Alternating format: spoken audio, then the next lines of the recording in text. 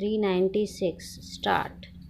In this context, our planners will have to take a hard look at our nuclear policy. Although India is committed to the principles of Panchsheel and our peace-loving intentions are well known, still we must have adequate deterrent to safeguard peace in Southeast Asia.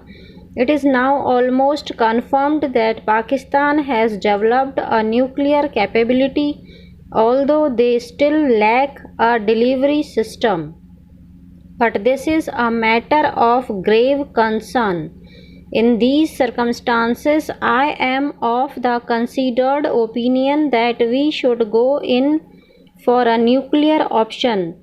India is now a mature democracy, and our leaders should be able to convince the world opinion that the possession of a nuclear deterrent by India will be the surest way of ensuring lasting peace in this region. I will now take a few other points. The first one is about the situation in Jammu and Kashmir and Punjab. Successive governments have been trying to tackle this situation, but I am sorry to say with a little success. The crux of the problem lies in the training camps for these terrorists established in Pakistan. Unless we can dismantle those training camps, this problem will remain. I have some experience in the army and in intelligence services in the army, and I think the old adage that attack is the best means of defense still holds good. I would say the best way for India to stop Pakistan from training these terrorists and sending them into India is to start training Afghans, Pashtuns and Mujahideens of Karachi and infiltrate them there so that Pakistan realizes what it is to create trouble in another country. I would like to say a few words about allocation of funds.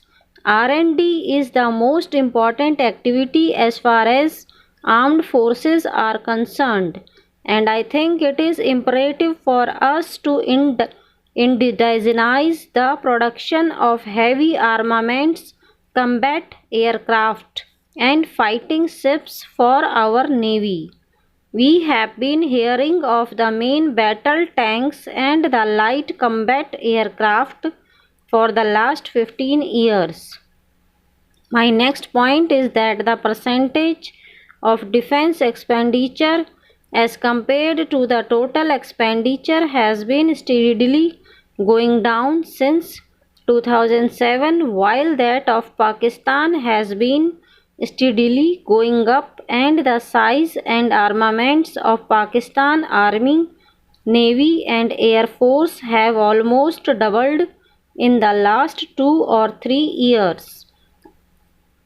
I agree that our financial position, as has been brought out by the Finance Minister and the Prime Minister, is not very happy. But can we afford to be lax in the allotment for the security of our country when our neighbors China and Pakistan are building up very rapidly?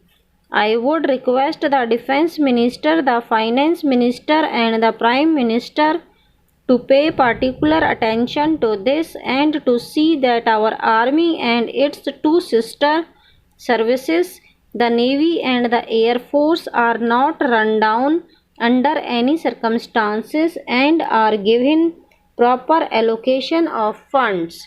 Stop.